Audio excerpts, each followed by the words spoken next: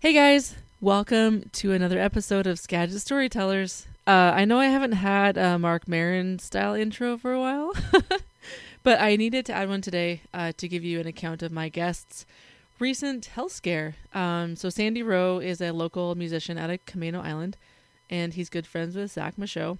So I asked him to be on to talk about music, life, and, play me some tunes.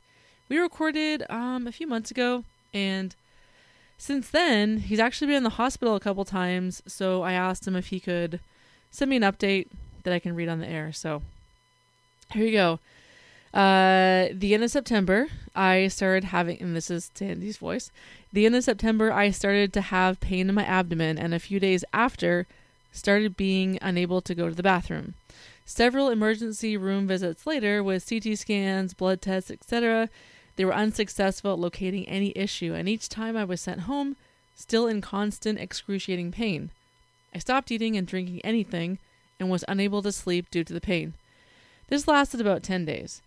For a few days, I was living in the bathtub because being underwater was the only thing that provided relief. I became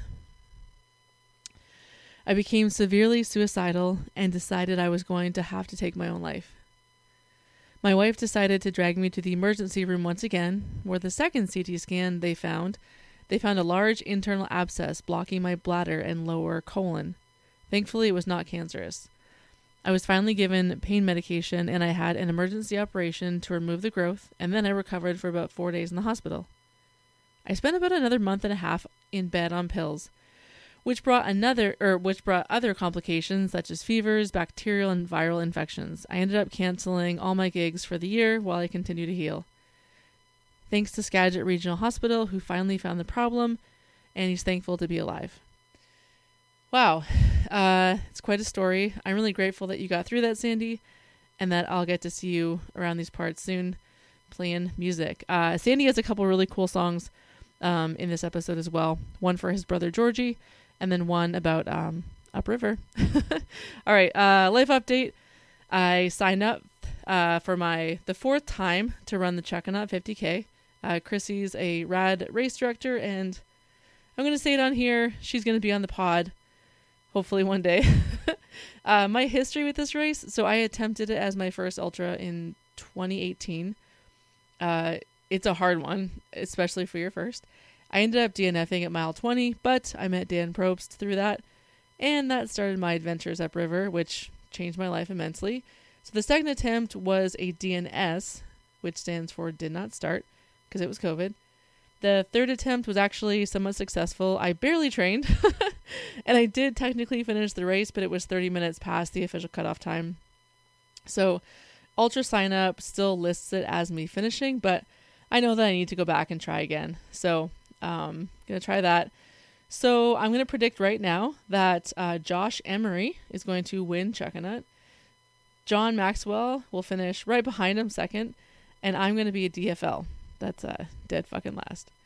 Okay, I also started playing my trumpet again, and I joined Zach on stage last week for his song Answering Machine Lullaby.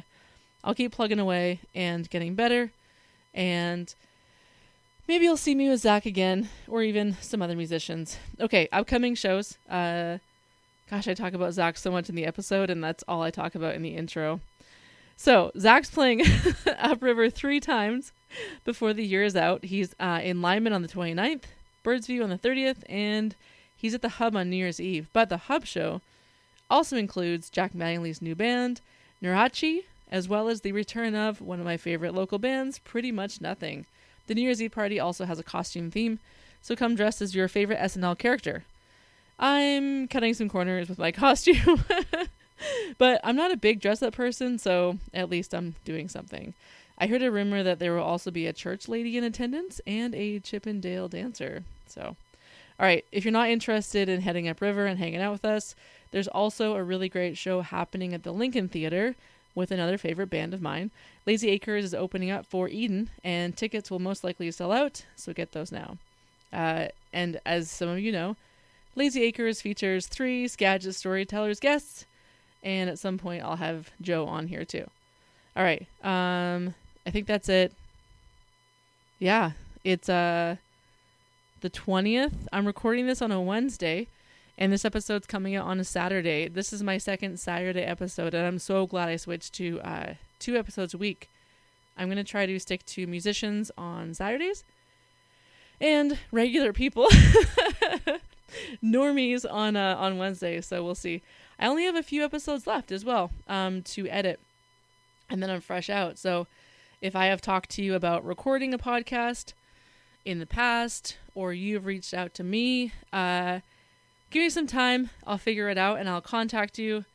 And if I don't, just text me and we'll figure it out. So I look forward to 2024, a whole batch of brand new episodes. And I look forward to keeping this up twice a week. All right, guys, I think that's it. Enjoy your holiday break.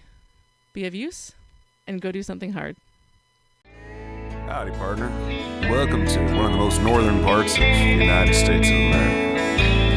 Travel with me upriver as we talk to a bunch of ladies and fellers and they share their tales of wit and wisdom.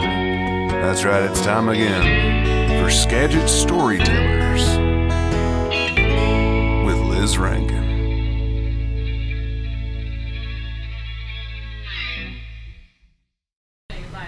Oh, that's definitely the most important thing. And no, I've listened. I have to say it was kind of weird, like walking in and hearing your voice because I've heard your voice.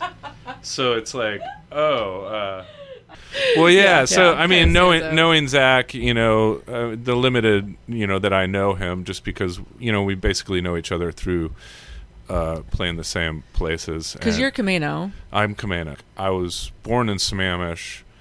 Or, lived my whole childhood, high school, dropped out of Redmond High School, all of that. Yeah. And then I was playing, like, so much down in, like, the Fremont area that I was like, I want to just live down here. And so that kind of began that process, and I lived down there for, like, maybe 17 years or something. And then just trying to start how I go into all this, but basically, like, I was living down there in Fremont with my wife, and my wife is Canadian, so that's another thing. So I feel like we have so much to talk about, and who knows where to start, but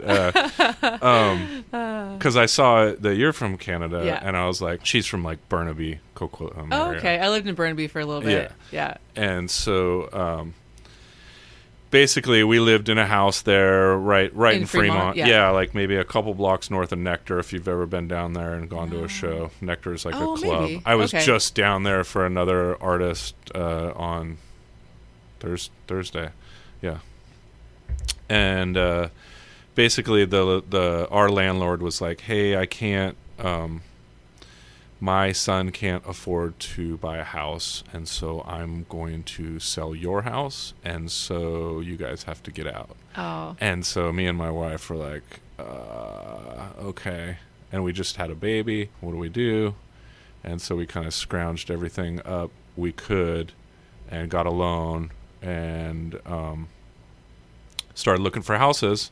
And, we're like, we can't live here, can't live Marysville. Everyone was like going 80,000 over. And what year was this? This was 2 years ago. And then we started going further up Arlington. And it was like 40,000 over. It's like, oh my God. And we went up to like Mount Vernon.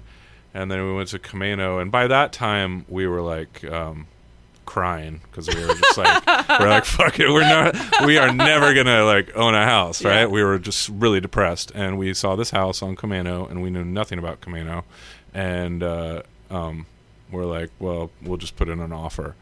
And so I think what happened is because people offered more, but they gave it to us, and I think they actually saw us on their Ring camera and saw that we had a little girl. Oh. And my wife wrote a very eloquent, whatever it's called, you can write a letter. Yeah. And so, there's all these rules with that. Like, you can't say, like, please help me, I'm dying. Yeah. Or, so, we said we're beach people and we'd love to live here. And, it's perfect for our family. I think that's as much as you can say about family. Got it. And so we got that. And then we were like, oh, wow. So then began the process of moving up to Camano, and it's been about 2 years. And so suddenly, like, I'm thrust into, like, there's all these new places for me to play. Because I would never drive this far up. I would just go play in Seattle, right? Yeah. I'd play at the Blue Moon or other breweries in Seattle. Yeah, or Everett. Yeah. You'd probably play Everett. Oh, yeah. Or, I mean... Or Tacoma? No, the thing is, like, we would drive and we would play Bellingham, the Wild Buffalo or something. So that's another thing. Like, I was in a bunch of bands. I wasn't doing the solo thing. Oh, okay. So I'm kind of new to just being, like, lots of new things. The troubadour thing. Like, Yeah. I was always a working bass player in okay. bands. And so we would drive to Bellingham or Vancouver. I went and played Vancouver. Skip the whole Skagit area. Yeah, so, we would drive right through Rockport. And we would head out and play, like, Methal Valley, Yeah. like Twist River Pub or Yeah. something like that. Yeah. And so I knew nothing about, like, I never stopped in Cedro Woolley, and I just played Barley and Brew. Yeah. And it was great. And so it's like I'm kind of becoming more acquainted of people in this area. So I listened to, obviously, one of the Zach podcasts a bit ago. And I listened to the Cody one. Yeah. And then just after you messaged me, I was like, oh, okay. So I, like, refreshed and see, like, who you've interviewed, and I listened to the Spencer one, and I don't know Spencer at all, but he seems like a cool guy.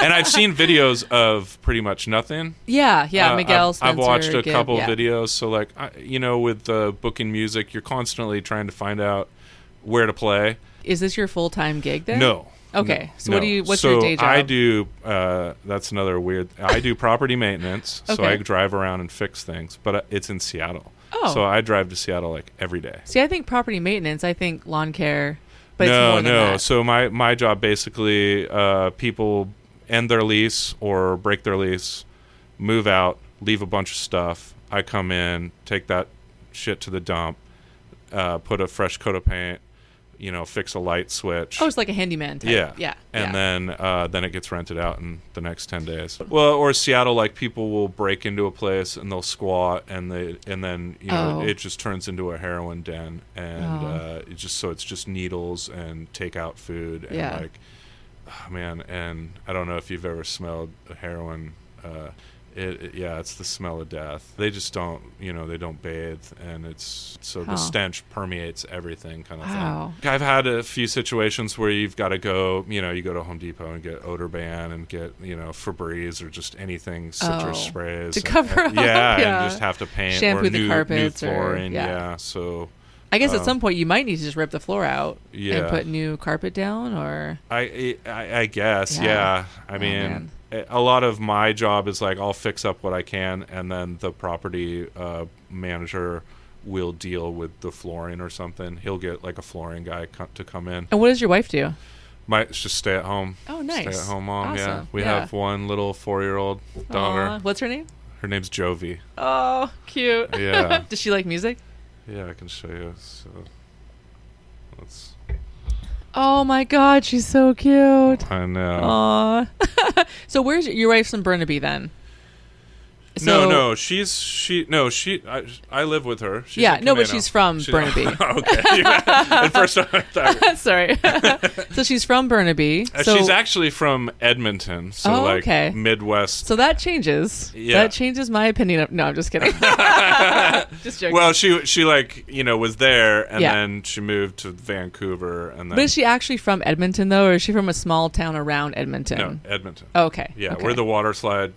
Yeah. The park. Oh, the mall. Yeah. Yeah. The See, West Edmonton Mall. I don't know about it, but You've she never said been there? no. I've never been out that way. You gotta take No. Jovi. I would love to go see yeah. that, or like Banff, or. Does she still have family up there? No. Okay. I don't. Oh no, she might have a cousin. I think she might have okay. a cousin up there. Yeah. Yeah. But most of her family is Vancouver and. Oh, so they everything. moved when she was a kid. Yeah. Down Yes. to Burnaby? Yeah. Cool. How'd you guys meet? So that's a whole nother story, and I'll go into it for Yeah, let's sure. hear it, yeah. So So like I said, I was like a working She wanted bass a green player. card. I No, know. That's what I did. No, she still wants to go to Canada, and she wants me to go up there. See, I did too when we first got here, Yeah. but I love it here, and my gosh, it's so much cheaper. And all of my friends were like, "Oh, Mariana Canadian." Huh? Like, so when are you leaving, right? And I was like, "No, I'm not. She's Yeah. going to come down here." And they're like, "What, are you fucking stupid?" It's like healthcare and all. So, like I said, I was a working bass player in Seattle. I was subbing for my friend Sky. He was in a Zydeco band. What's that? Zydeco's kind of like,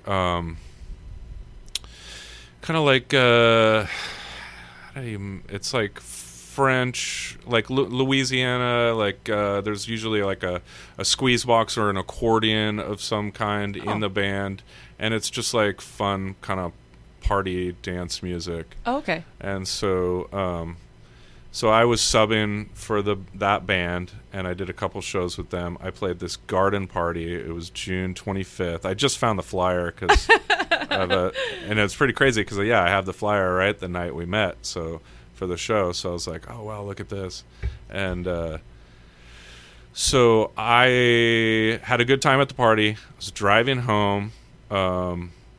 I was, do you know Redmond at all? Yeah, a little bit. I was by Microsoft. Okay, I was yeah. on the freeway doing like 70, and a deer comes out, and I hit this deer, I must have like hit it up to the moon because I never saw it again. Right? It was just, but it wrecked my car, Oh man. and I pulled over, and my car was just leaking fluid, and I was like. I was a mile from home, or I was a mile to my friend was having a solstice party. And so I was like, I'll go to the party, right? Because it would be like, go home and cry, or I'll go over here and drink. and go, yeah. And so I show up, and I'm like starving. I'm like, eating whatever's left over on the party table, and just like, and I see my wife, and she's singing "Oh Canada" in front of the fire. No, she wasn't. Yeah, wasted, right? And so my first thing was like, who the fuck is it? I was mad, right? I was already mad. I wrecked my car. Yeah. Like I drove it here. Now you was have to like, listen to this shit. yeah, I was probably not going to be able to pull out of there again. So I was like, okay, I'm going to party. But throughout the night, like I don't know, I just really like. She's fun, right? And so we had a good time. We stayed up, till I don't even know how late, but whatever, late enough. And then I got her number, and she just happened to come down to this party through a friend of. They were just coming down to party. Like, when you said you got her number, I instantly thought of it was 604, right? It's 604. Yeah, it's 604. Oh yeah. I remember when. Everything was 604. It's still 604. Well, no, and then they changed it. So 604 is generally Vancouver, but the rest of BC is 250. Oh, okay. And that was huge. Everyone's like, what? 2 area codes? Anyway. No, it's 604. And her mom is still up there, and her number is 604. Yeah. And her mom probably has a home phone, right? Yeah.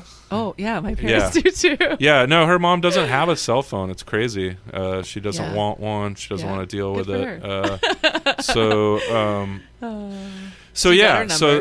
I got her number. I called, like 2 weeks later. I went up there, and then we started like 4 years of doing that, like every couple weeks, going back and forth. She would come down to visit me. I would come back. You got your Nexus Pass? I got my, I have my Nexus Pass. It makes things a hell of a lot easier. Oh, yeah. I'll tell you. Just driving by everybody like, see ya. Yeah, dude, yeah, I know. When you see an hour-long wait and you go up and it's like 2 cars, or the last time we went to the island, I just said there was no one. We just drove right up the line. He's like, where are you going? We're like, an island. He's like, cool. Does she have a green card? No, she doesn't want to become a citizen per se. Like, she wants to still remain Canada. Oh, so what does she have? She just has the visa. I mean, I guess it is the green card. So because I'm not gonna. I don't think I'll become a citizen and she's had to renew that. We actually just our last trip, we stopped in Birch Bay, Yeah. because Birch Bay is where the Nexus yeah, is, yeah. and so she had to stop there because for some reason they thought like that she was having some sort of trouble with like renewal or something, and Yeah. so she had to go in there, Yeah. and so she got it sorted out. But things can get really complicated when you're not, Nexus or vetted or anything, Yeah. like where they will. Yeah. I've had quite the instances from like being in bands, like going up there with a band. Like it used to be like I would just be driving there, smoking a joint, throw the joint out the window right before and they'd be like, cool, and we'd go up there and party, and then playing. But when there's like traveling band or whatever, like I've had them just like empty the whole van, the whole Really? trailer, everything, all the guitars, dogs, and all of that, and wow. like 3 hours of just like them going over each member of the band. Wow. And have you ever had like where you go to the border like because you have a show, but then one of you can't cross and you have to go back? Like, have you ever been denied at the border? No, the closest. Okay, so the closest I've been denied, and I think we kind of made sure like everyone in the band is pretty good to go Before you leave, yeah. Yeah. Just because like, who's this new guy? Because you don't want to do that. Like, No. don't be that guy if you're in a band. Like, make sure you have your passport. Check your passport to make sure that it's not expired or something like that. But the closest I came was for some reason. So a long time ago, I had a DUI, and for some reason, I went up there. I forget it's all kind of blurred in my mind, but I ended up at the border, and I was like, I want to cross, and she's like, they brought me in, and they're like, you should have been declared yourself inadmissible, right? And I was like, why would I drive all the way up here to come to the border and tell you that I am inadmissible or not supposed to cross? Right. Yeah. Right. I want to cross, right? Yeah. And it was Valentine's Day, and so the guard, when they pulled me in and made me sit there for an hour or whatever, it was a woman, and so I kind of like leaned on that, and I was like, are you telling me that you're gonna turn me away for going and visiting my fiance on Valentine's Day? So and Nice. I did. I laid it on thick, and it worked. How did you first get into music? Like, did your parents play a lot of stuff? My parents are like they're not musical. My dad had a guitar, but like they loved my dad loved Willie Nelson, Dolly Parton, ZZ Top, and then they had like Barbra Streisand, and then like in their record they had like Vivaldi, Four Seasons, like some classical and some stuff like that, and I kind of stole any of their good records, and and I still have them. But I think Pink Floyd, just being like whatever. How old are you? I'm 48. Okay, yeah. I'm trying to think of like what was your like high school old music? Man, yeah. Oh, shut up! I'm 43. I'm trying to think of what your high school music would be like. Yeah, it was that. I mean, still mid or early 90s. Yeah, I would have technically grunge thing, graduated in 93. Yeah, I guess would be my. So it'd be like what Nirvana and Soundgarden. Like, was that just starting maybe? Well, no, I think Nirvana, like he passed away in 94. Oh right, okay. Yeah. Okay. Yeah. So I mean, all of that, like I would say, like when I was in those years, it was like Slayer. Okay. It was like Slayer, Pantera. Like I was just all about like the heavy, like kind of rock. Like I guess my musical. I've had a very wide. I have some friends that's like they just grew up and they just play reggae and they've always played reggae and that's all they play. Yeah. And like there's no, and I've just never understood that kind of just narrow focus, because it's like, I started off, my parents got me like a little Tinker tape. If you've ever heard of Little Tinker, it's like the sounds of dinosaurs, and they're like, it's kind of this like little Tinker cassette tapes, if anyone knows those. So my first tape was Love and Spoonful. Like you might have heard like like Hot Time, Summer in the City, Back Oh, of My yeah. Neck. That was my first cassette tape. right? Wow. So so I went from that to like pop, like Wham, Yeah. George Michael, all of that. And that was like, junior high when it was like International News and Zebra Club and everyone's wearing like United Colors of Benetton and it's just bullshit. And then like I got into metal, like Metallica. What was the first like metal song where you're like, what is this? Was I there don't a song that like got I don't you, even or a know. band? It was probably Just Metallica. just Metallica. Yeah. Yeah, I have an older half brother, and he was like, part of the Kiss Army, and he was, so I think he kind of like, exposed me to a little bit of that stuff, like hair metal, and Yeah. then I was like, well, no, I want harder, I want, like, yeah, Deicide and just things that were like more devilish, and so yeah, and then it ended up Pantera and Slayer, and And that's why you didn't those- graduate high school. Yeah, I guess. Is this a PSA for parents? Don't let your kids listen to. Yeah, Pantera, Slayer. absolutely do not listen to anything that I'm saying if you're a parent. No, I just could not, like, I really could not pay attention in school. I was like, this teacher is bullshit. Like, this is just babysitting. Like, Yeah. I don't need to know. Like, and I still find myself doing that where I'm like, I just cannot focus on what you're talking, because I already know what you're gonna say, kind of thing, and I just don't want to listen to you drag it out. Yeah. Like Just filling space. Just sum it up. Yeah. Like, get to it. Like, right? So I'm like, I'm over it. So yeah. So I dropped out of high school, and then I went What to grade? it was maybe like 91, I would say. I guess is maybe. No, but like, sorry, what grade did you drop out? Oh, or no, 10th or 11th senior. grade? Oh, senior. Yeah, yeah. Oh, I think you were almost done. I think I got to be a senior. Okay. Yeah. But I mean, for me, high school was like, girls and parties and like, acid and. Okay. Yeah. Okay. So I was too busy having fun than to like, try and keep my grades up or something. So Yeah. I dropped out of high school, and then I went to a couple alternative schools. Like, there was one in Kirkland called Best. And Best was a cool school. A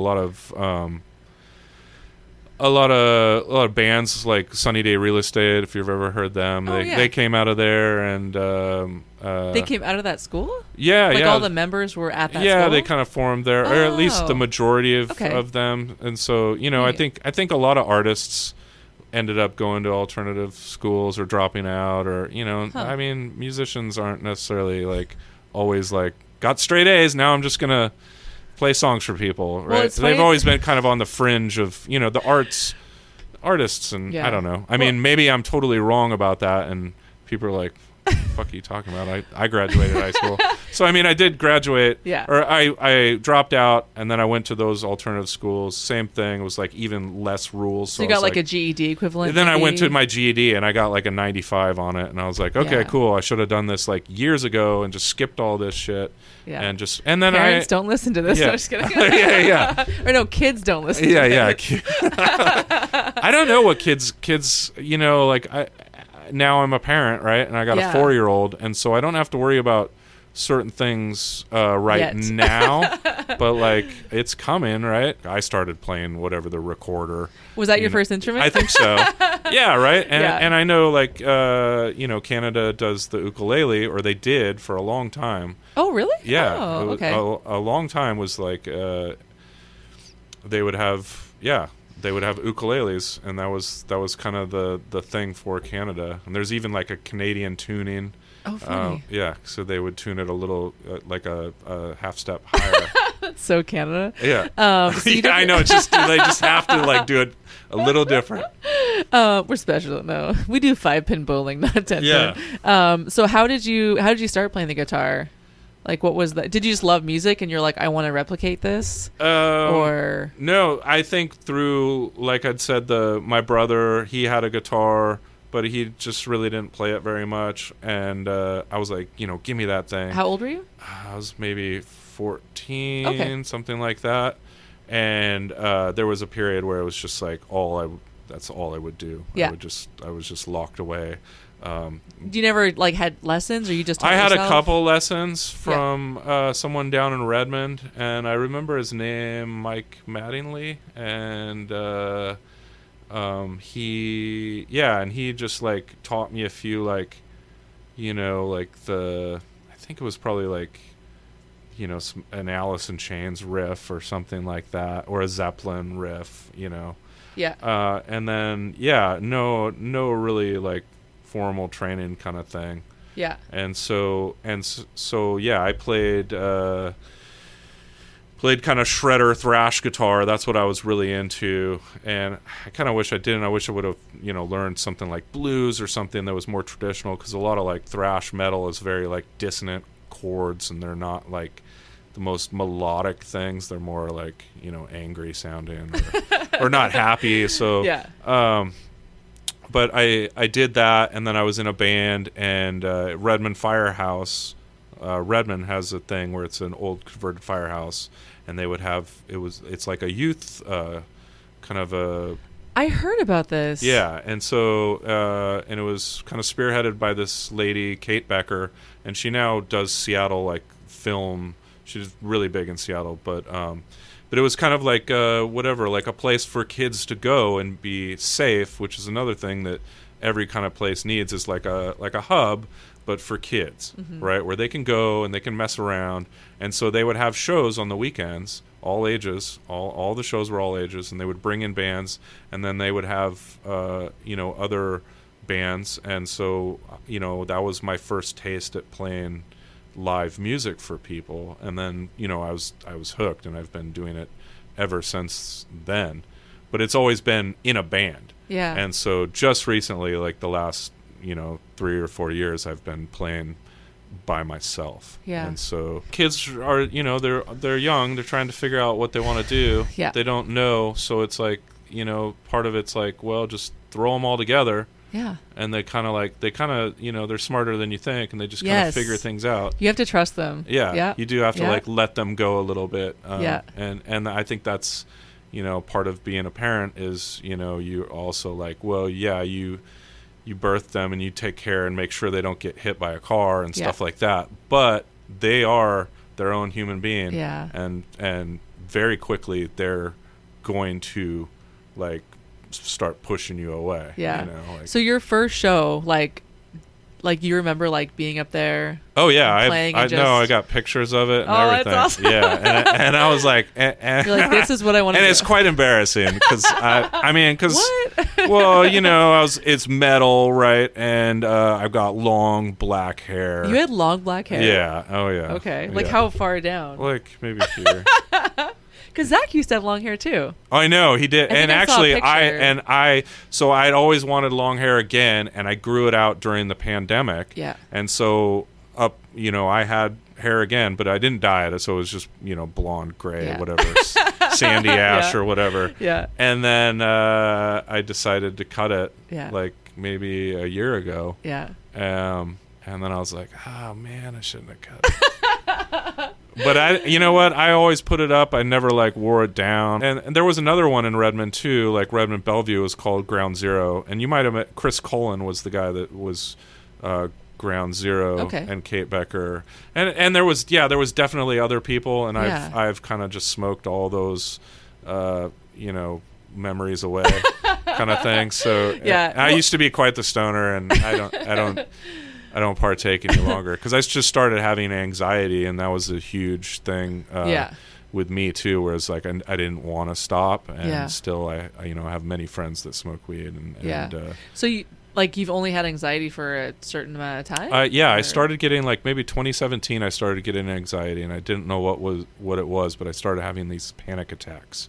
And then at certain points, like maybe when you were leaving the house, or I don't know if it was like I drank too much coffee or the weed or something, but my body started being like, something's going on, right? Oh. And so and I got various. I started getting, because I also smoked cigarettes, right? And so there was a point where I got very a couple different things. Like one was I was just at home and I was with my wife, and I don't know, I just smoked a cigarette or something, but like my vision, like my fingers were getting tingly and like numb, like pins and needles feeling, right? And I started having this kind of like I felt like I wasn't getting oxygen, right? And my vision started to kind of like go down, like the Looney Tunes where it just goes to the black circle. And I pulled out my phone and I tried calling 911, and I couldn't do it. And my wife called 911, and everyone showed up, like all the fire department and the cops, and they're like fucking stoners. And they're like, we actually see this a lot nowadays. From the high grade, cannabis that's happening. Oh, okay. And so I was like, well, news to me, because I loved smoking, and I would love to again, but I'm just so fearful of it. And so so I had that instance, and I had some other things. Like I also subbed for a band, like a world band called Publish the Quest, and they're based out of Vashon, and Publish the Quest is able, through the leader Jacob Bain, he's quite an amazing guy, and he is able to get the band to go out and play internationally. And so we went to Zimbabwe. Wow. And while I was in Zimbabwe, the night before, we were playing a music festival there. And the night before, I think I just I don't know, there was a place down in the lobby where you could just have as much espresso as you want. And I think I just had way too much espresso and also alcohol. And I had a just crazy panic attack. And I was very scared because I'm halfway around the world. I don't know anyone. I'm by myself. It was late at night. Everyone's asleep. So I was just freaking out in my hotel room, by myself. And I took a couple baths, and I was like, I don't know. I just didn't call anyone. I didn't want to bother anyone. And so I just I can just ride this out. And it was just horrible. And so I managed to calm myself down. I managed to play the festival, and it was overall a great experience, obviously, going and doing things like that. But I started trying to figure out what it was, but for me it was the smoking. I had to quit all the smoking, cigarettes, the weed. I quit coffee for a year. Like cold turkey, just everything. Yeah, I just was afraid I was gonna I would try to smoke half a cigarette, and then I'd be like, oh my god, it's coming back. And did you have your daughter at this time? No. Okay. No. Yeah. And so part of me also thinks that in a weird way that the universe was like, you have to grow up now, Sandy. And so we're gonna cut all this out. And you're in your early 40s. Yeah, and I know there's parents that smoke, and they're great parents, and so I shouldn't. I'm not trying to dog on your journey. Yeah, it's my journey. Yeah. I'm never trying to dog on anybody. So in fact, I feel jealous, because it's I see friends of mine, they'll smoke a joint or something, and I'm like, oh god, I want to take a hit of that. But I just don't, Yeah. So what's funny? I had a guy who was born in Zimbabwe. He lived there, I think, until he was 9, and he's been back there a couple times. One of my neighbors, he sat right there, and we did a podcast together. Oh, cool! I didn't even know he was from Zimbabwe. Yeah, and he speaks Shoni, which is the language there, and it was so fascinating. It really is. It's you can tell the city that because it was. So what's the main city there? Harare. Is that the capital? Yeah. Okay. So you can tell how beautiful it was, because it used to be Rhodesia, and it was kind of like an elite paradise kind of thing for British. Oh, okay. I believe so. And then there was a war, and everyone kind of. I'm probably getting all of this way wrong, but there was a war. Everyone left, and now they've just kind of made do keeping up the buildings and the infrastructure, which has kind of all gone downhill due to no funds. And so you could tell it was and it's still a beautiful place, but it's kind of dilapidated. Yeah. Where there's still got this building going, even though it should be torn down. So you went all the way to Zimbabwe to play one festival? One show. Yeah. For who? Like, so it was called. Just sounds like. Well, yeah, I know, Wow. but that's weird. And some people will like maybe do a leapfrog where they're through a process. I'm thinking making some stops on the way, like making a tour, but to go all the way there, did someone in the band have a family member there? No, Or, so like Jacob, Jacob, like I said, he's an amazing guy. And like, have you ever seen like Free Solo? The movie? Oh, yeah. The climber guy? Yeah. So Alex Honnold. Jacob was one of the cameramen. Really? Filming that. So if you can imagine that, like he's roped up. Oh, and he's in that band. Yeah, he's the lead singer of the band. Got it. Okay. And so he's just an amazing guy in himself, and he's kind of Vashon. I wouldn't say royalty, but is he from there? Yeah, he's from Vashon. Okay. And so, yeah. And so the band's gone all over, Poland and Germany and a whole bunch of places. But I just filled in for the bass player and went. Yeah. We went to Dubai and had a layover, and then we went to Zimbabwe, and it was for a world music festival called HIFA, and we played an hour show, and that was it. And but we were there for like 5 days maybe. Okay. So we had time to like. So another part of this program was that kind of ties into a lot of this is like the bass. There's a famous musician, the most famous musician of Zimbabwe is Oliver. I forget his Tutum.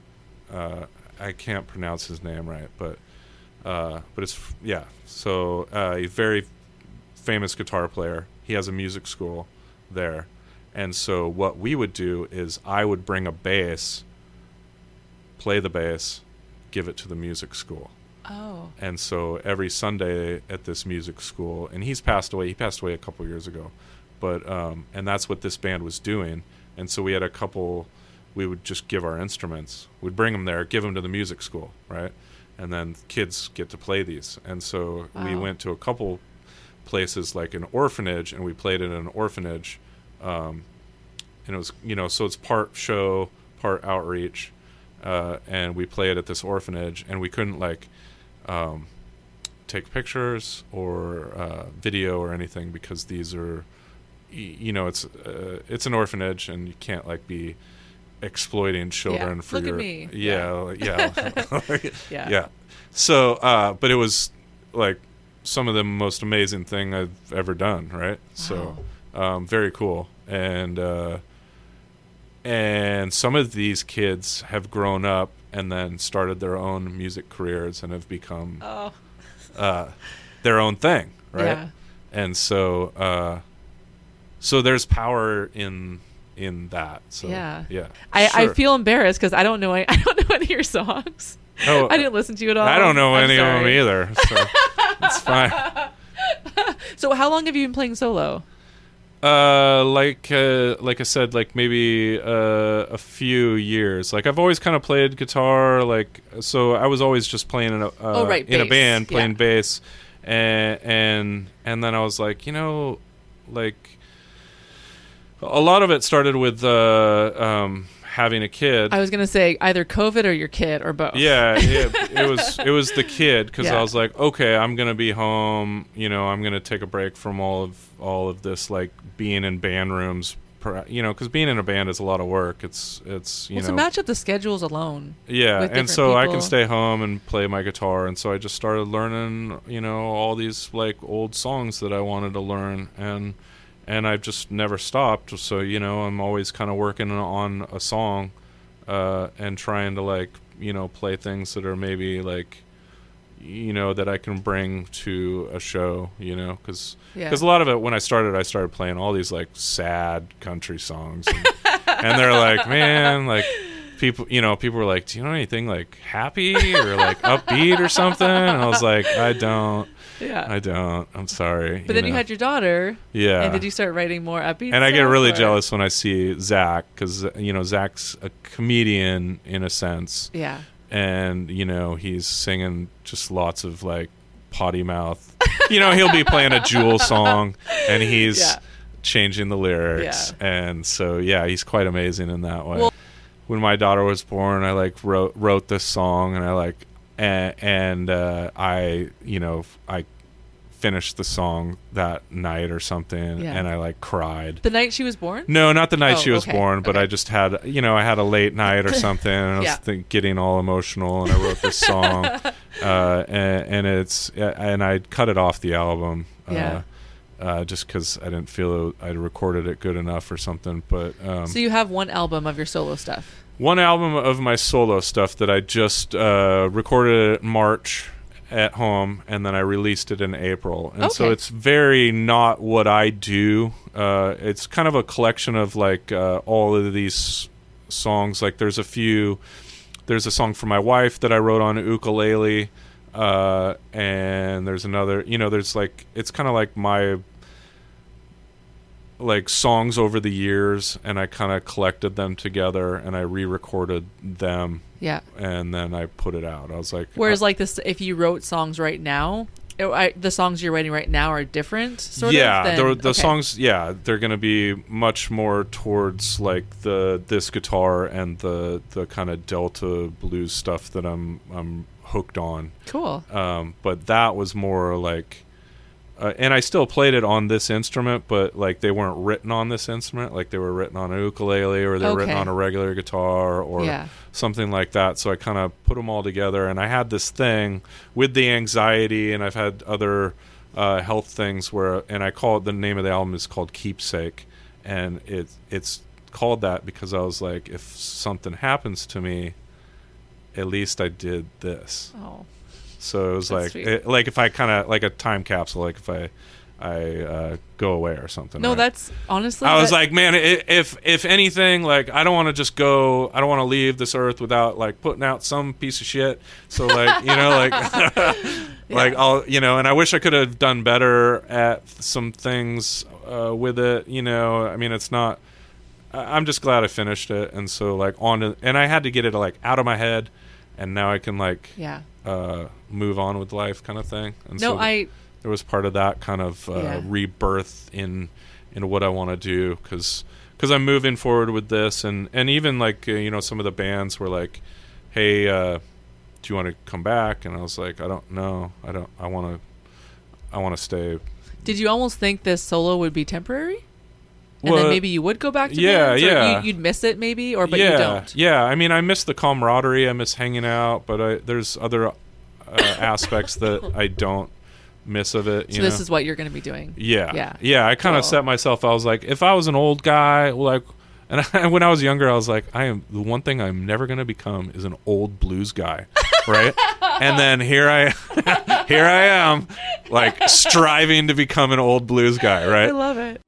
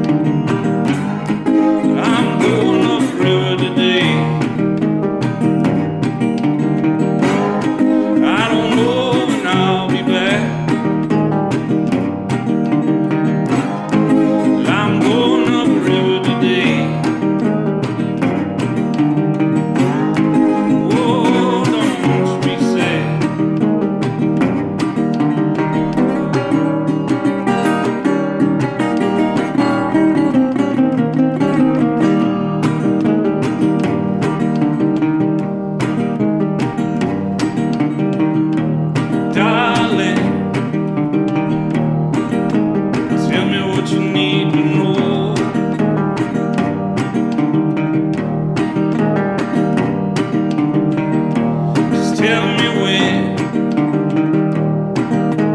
I'll be ready to go.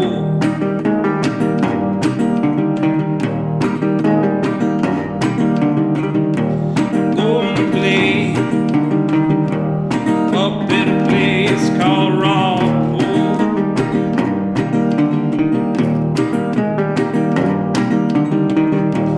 Pretty sure it's where the sketching meets the saw.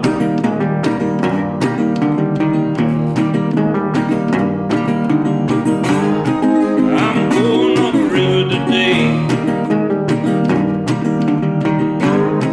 I don't know when I'll be home. I'm going up the river today. Just keep on that fire warm.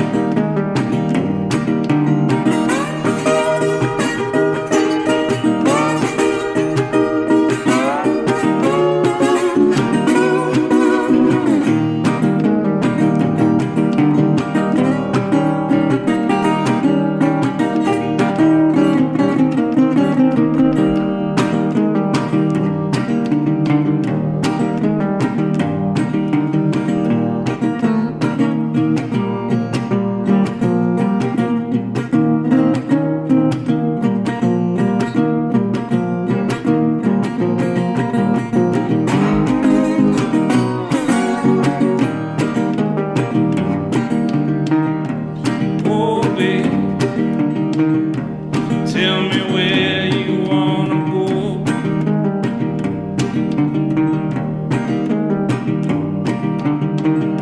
And I'll be there.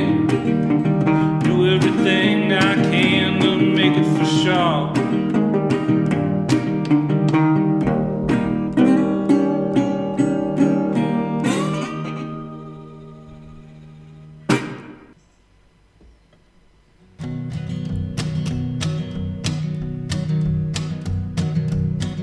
Oh, baby Georgie, my baby boy, tell me where did you go? Did you hide away? I'd like to know where, so I can go there. Just give me the name of that place. Are you diving down in the deep blue sea? Are you roaming around, hunting those North Dakota fields?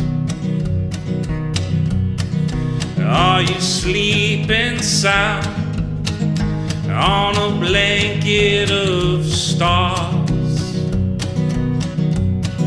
Oh, tell me where, tell me now, tell me where you are. When we were younger, we fought like brothers over everything. Had to have your way. Now that I'm older and without you colder, but I'm thankful we even had those days. 'Cause when I close my eyes, I can still see your face. You're playing tricks on me, always calling me names. Oh, baby Georgie, my baby boy, tell me where did you go? Did you hide away? I'd like to know where, so I can go there. Just give me the name of that place. Are you diving down in the deep blue sea? Are you roaming around in those North Dakota fields? And are you sleeping sound on a blanket of stars? Oh, tell me where, tell me now, tell me where you are.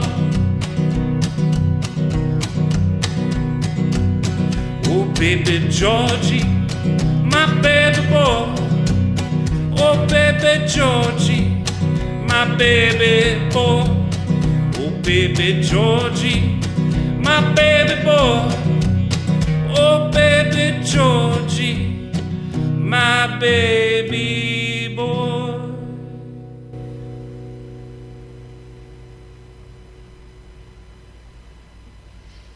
All right, well, I haven't seen it, but I don't, like, what part of that makes Just you... because it's Georgie. Oh, is that from the movie? If you know Oh, Stephen King's It, no. it's that clown that's in the sewer in the gutter. Oh, his name is Georgie? No, the little kid is Oh, Georgie. okay.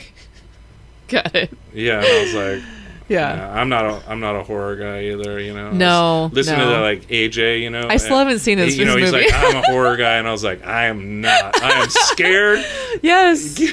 I remember... Like, I was scared of Blair Witch Project, you know. Like, Yes, my that first freaked me out. thing was Alien, like, you know, or like, what's the other one? The Exorcist, you know. Oh, like, yeah. And I was just like terrified. You know? I couldn't sleep for a week.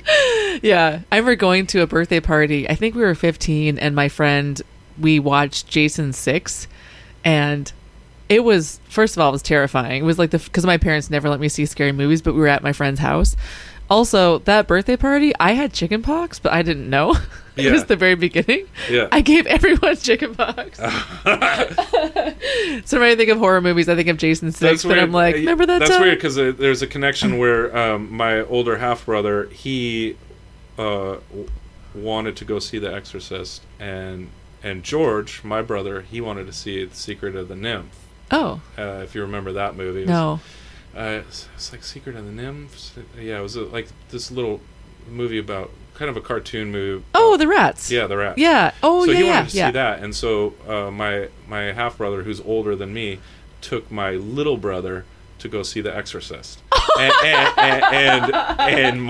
George was traumatized, and my Oh mom my was God. like, you know, so mad, and so it's kind of funny that right there, that connection. But yeah, I didn't even remember. But that. even in that cartoon, though, I remember there was like a creepy, like... It was kind of creepy, but it wasn't. There was a mouse as that was really creepy, but yeah, obviously not as I don't remember creepy. anything about that movie other than it was the rats and it was kind of cartoonish. Yeah, there was also, was it The Dark Crystal? I remember Yeah. seeing that as a kid and it Oh, freaked I me loved out. The Dark Crystal. Really? Yeah, all those The puppets? Skeksis and those giant like wind walking Yeah. things, like so cool. Yeah, and actually I'm leaving here and I'm going to Birdsview and we're gonna talk. I'm gonna Rockport. No, but I'm stopping at Oh. Birdsview and we're gonna talk about Olivia Rodrigo's new album, which is a weird thing. Oh, But if you know who that is, she's Uh, like a little girl. no. Yeah, so the weird thing with Who are you talking to? Like, who are... the Voights, Sarah Voight and Kelsey. Oh. Yeah. The owners. Okay, part of the okay. thing, part of the weird thing that I go up there and do is like I will go and play them songs that they request, and so one was like play Olivia Rodrigo, and so Yeah. like I took this thing and I learned a teeny bopper Olivia For Sarah. Yeah, for Sarah. And so, you know, they wanted me to like learn, Whitney Houston, and I was like, That's funny. I can't do Whitney Houston. She's so amazing, and it's so hard to do. Yeah. And then they're like, and I do a Wheeler Walker Jr. song for them, and then He's the dirty one, right? yeah, he's the dirty. I one. just learned about him because of Zach. Zach yeah. was like, Yeah. did those kids that were in the hub leave? Okay. And then he started playing. Yeah. Zach One will of do his it. Zach will do a few, and I do some other, and so this little girl, you know, she's like 19 or something, Yeah. and she's a pop star, and Yeah. so they want me to learn some things about that, and That's so and funny. she was like, before you go to Rockport, are you stopping by to talk about That's awesome. the album? I was like, how much time do you have? You know? So it's kind of become this like running joke with them. Oh, that's awesome. And so Cool. I love them a lot. Yeah. They've been really good to me, and Yeah. I love playing there. And so Yeah. yeah. I just went there for trivia recently. It was really fun. yeah. I don't... It might be Sarah. It's the owner, Bill. and one of his daughters, they did trivia together. Yeah. And just the banter back and forth was so funny because I do trivia by myself. It was Sarah. Sarah's running the show. I've definitely enjoyed listening to the ones. Oh, and like I said, when I walked in and you were like, "Oh, I'm in here," I was like, "It's so weird to hear your voice," because I was like, "Oh shit, are we already live?" You know? Oh, that's awesome. Cool. Well, I will let you go. So, because now that I know you're gonna go to Birdsview. You know, like this year, I decided like I'm dropping these ones off. Yeah. And I'm picking these ones Quality, up. not quantity. Yeah. And I was like, these people treat me nice, you know. Yeah. Or like, I don't know, this gig's a bear, but like they pay me good.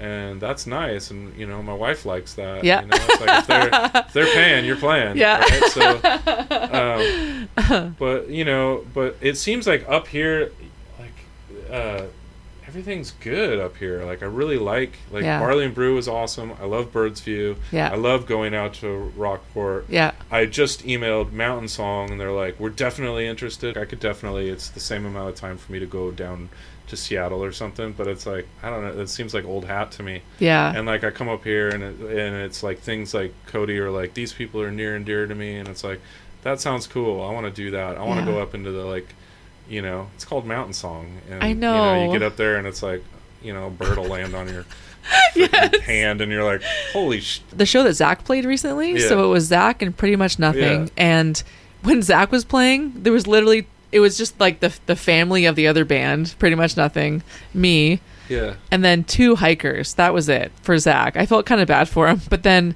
as Pretty Much Nothing started, just good the timing, people just slowly started filtering in.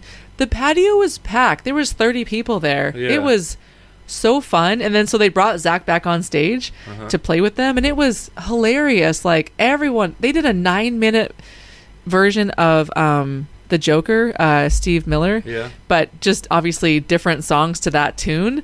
They were laughing the whole time. I recorded the entire thing. I was howling. It was so much fun, and I just thought I love live shows like that where like it's totally unscripted. Zach wasn't supposed to hop back up, but because all the people started coming in, I think he was like, damn it. And then Miguel's like, come on up, and Miguel totally gets how awesome Zach is. And I said, Miguel, my favorite part of Zach's show is watching you, because Miguel just cracks up the whole time.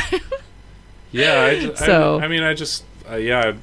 up to Camino has kind of forced me to like open this world, and I just have loved great. it. I love it. And now so I have a website. It's called Tall Cold Ones. Okay. Tall Cold One. Tall Cold One. Yeah, like your beer. sticker. Yeah.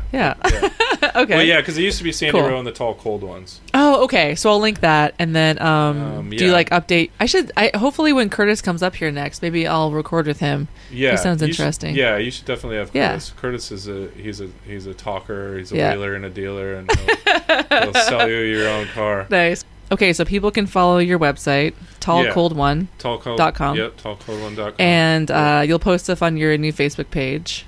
And please, please do, like his page. Facebook page. I was like, you know what, it's time, and it's going to be sad for a little bit, but maybe I can make it. And they can find you online, like Spotify as well. Yeah, I have a new album called Keepsake. Sandy Rowe, ROWE, and it's an album, Keepsake, and that's. And now he's an old blues guy.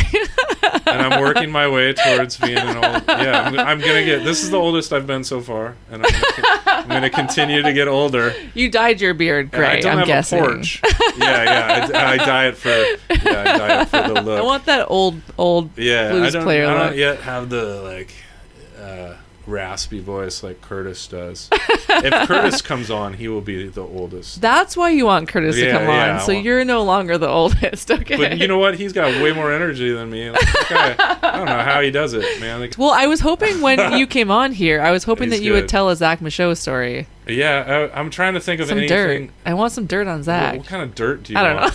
I don't know. The last funny thing that I saw was the last time we were at. I won't say all of it because there's inappropriateness, but he was just on stage and he just like finishes the song and he just looks at Chris the cook and he's like, you know what I want 2 pieces of chicken with a piece of cheese in between, and you smash that together and wrap that in bacon and then deep fry that. And he got it. And he did know? it? Yeah, like 20 minutes later. And there was some other funny joke stuff on the plate that I won't get into. But I was like, but playing the boxcar like I do, I was like, oh, you can do that? Like, you just make up things? And like, that's awesome. Because I was like, I've just been ordering a cheeseburger this whole time. But you can like... I was like, what? I didn't know you could do this. I don't think it was the boxcar, but I think it was, is it Jamestown? Is that Jamestown, in that area too? Yeah. I think it was that place that I saw. I don't know. I think Zach reposted someone's reel. He was I think he was shirtless first. The next reel, he only had his boxers on. Yeah. And then the next reel, he was dressed, but it looked pretty hastily. At one point, was someone like, "Oh God, here, just take my money, put your clothes back on." I'll go and try and stump him. You know, like, can you play this or whatever? You know? Yeah. And one thing was like Shania Twain came up and he started with the oh and started doing Shania Twain, and we were like. But I forget how it went. But his friend Dan, this guy, I met Dan, and Dan goes to see Zach just as religiously as anybody else, right? And I was like, oh, something about I thought this was Shania Twain, and he's like, no, this is Zach Michaud. And I was like, and Zach just got a kick out of that because he thought like, I love it. Someone mistook him for Shania. We should end on that note. Okay. All right. Thanks for coming over. Yeah, it was a pleasure. Thank you for having me.